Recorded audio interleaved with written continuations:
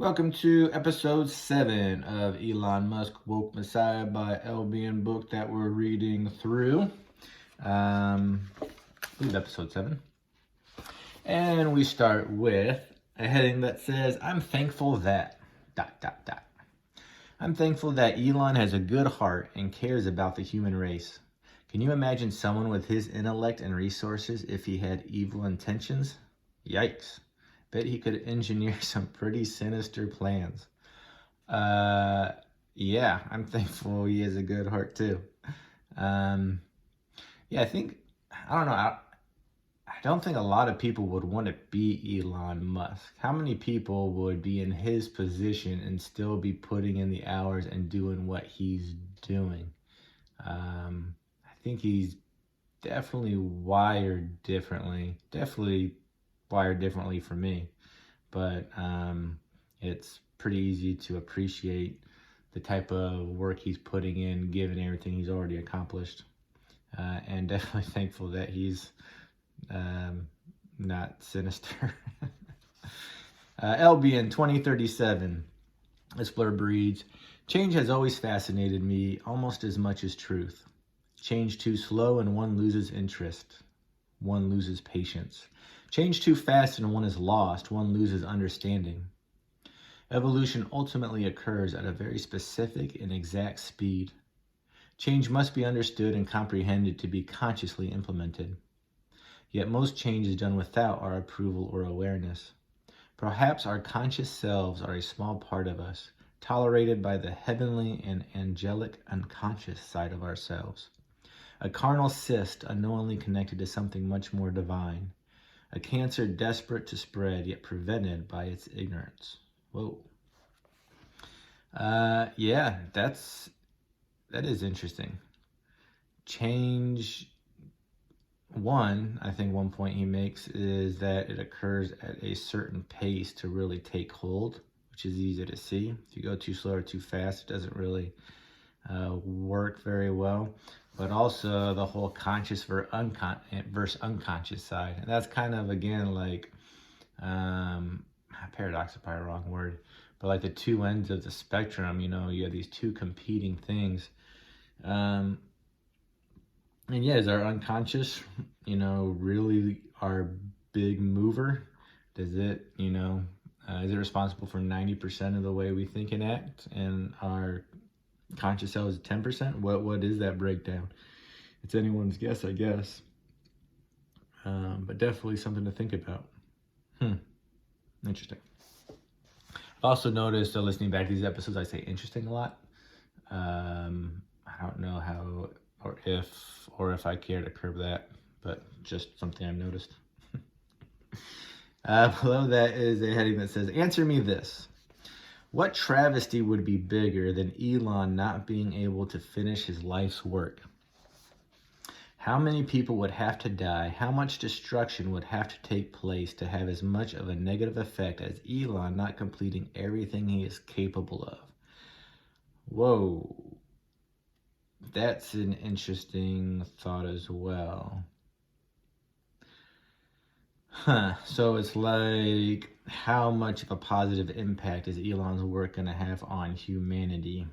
Not just now, but in the future. And then how much negative stuff would have to happen to offset that positive effect. The whole how many people would have to die, that's tricky, especially with people that think one person's life is no better than another's. But it's definitely a interesting philosophical experiment. What do they call that? Thought experiments? Thought experiment. Yeah. Yeah. I think we all hope that he can do everything he's capable of. And he's probably even talked. I mean, he probably has more ideas and thoughts than he'll ever be able to get to. But hopefully he'll live a long, productive life. Selfishly, I guess, because we all want to see what that produces. Interesting. There is interesting again. Next, we have a poem that reads, so many manners to remember from January to December, how to act and what to say of every hour of every day, when to be and where, and acting like you care. Yeah, lots of manners, lots of social constructions. I'm sure we all act one way and feel a different way a lot of the time because we know that's how we're supposed to act. That's something I think we appreciate about Elon. I think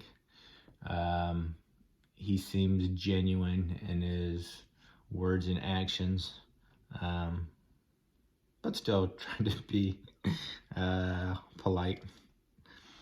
Next, we have a Albion blurb from 2061. It reads, what did we really know before our first memory? Did we have the intellect of gods, a divinity forgotten? Did we know we were ultimately sentenced to mortally forget? Was I content or scared? Was I the same person?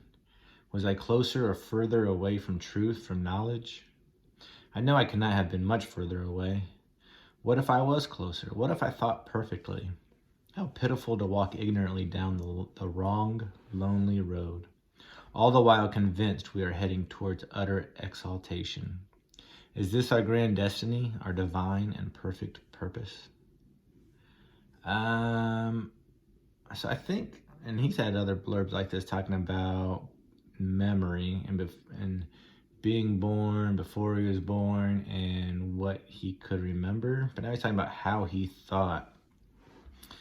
It is interesting because you could definitely discuss, when you're in the womb or just born, how you sense the world, and then what society and language and communication and your environment does to your development process.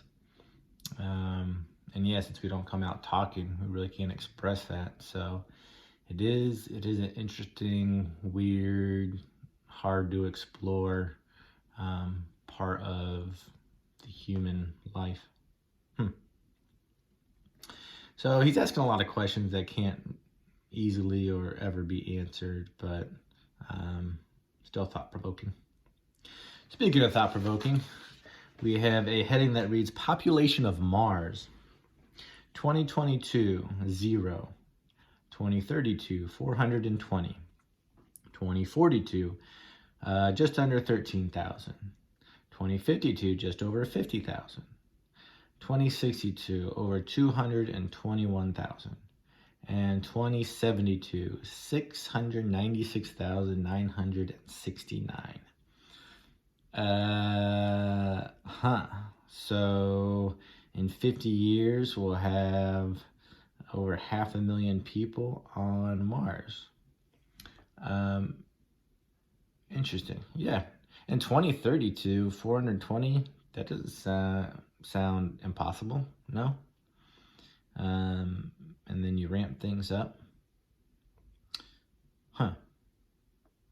It is kind of cool to think that far in the future and what might be. Seems like when people have tried to predict the future in the past, they haven't done a great job. It's usually much differently, sometimes better, sometimes worse. But interesting to throw things like that out there. Next, we have a heading that reads, answer me this. How much of your environment can you sense? How much of your environment can you see? How much of your environment can you touch? How much of your environment can you hear? How much of your environment can you smell? How much of your environment can you taste? So it just kind of goes through the senses and asks how much or how good are those senses. And again, kind of on the whole spectrum thing. I mean, we can't see everything on the light spectrum. We're, can't feel everything depending on the size, I guess. We don't hear everything. We know other animals hear differently or better or worse than us. Same thing with smell and taste. It kind of goes back to that other blurb about, how much do we know, and what we know in the past and what will we know in the future. I'm guessing it just trying to get you to think about how little we can sense when you look at the big picture, and then maybe keep that in mind when you're coming up with conclusions, maybe.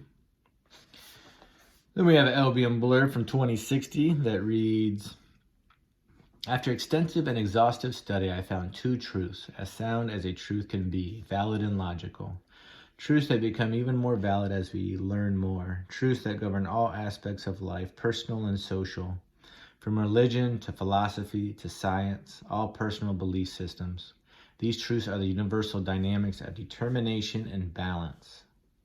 Every event that occurs is a result of preceding events. Every event that occurs has an equal and opposite event. Over time, everything is brought back to a neutral state. There is no chaos in the universe, only perfect truth. And that last line is in bold. Determination and balance. And that kind of goes, the determination, it's like isn't that a physics principle? Isn't that one of Newton's laws or something? And I think people get squirrely when you start applying determination and balance to people themselves. Like we are separate from these natural laws. Maybe we'll get into that more later. And finally, Bertrand Russell quote that reads, a stupid man's report of what a clever man says can never be accurate because he unconsciously translates what he hears into something he can understand. This kind of goes with his other quote about stupid people being too confident and intelligent people questioning their beliefs maybe too much or just enough. So Bertrand Russell definitely seems like he's on the side of questioning what you believe and not being overly confident. I guess the question would be, how do you know if you're a stupid man or an intelligent one? How do you have that self reflection or realization? I don't know, but maybe we'll find out. And that's going to finish us off for this episode. Join us next time as we continue through this interesting, thought-provoking book. You have a great day.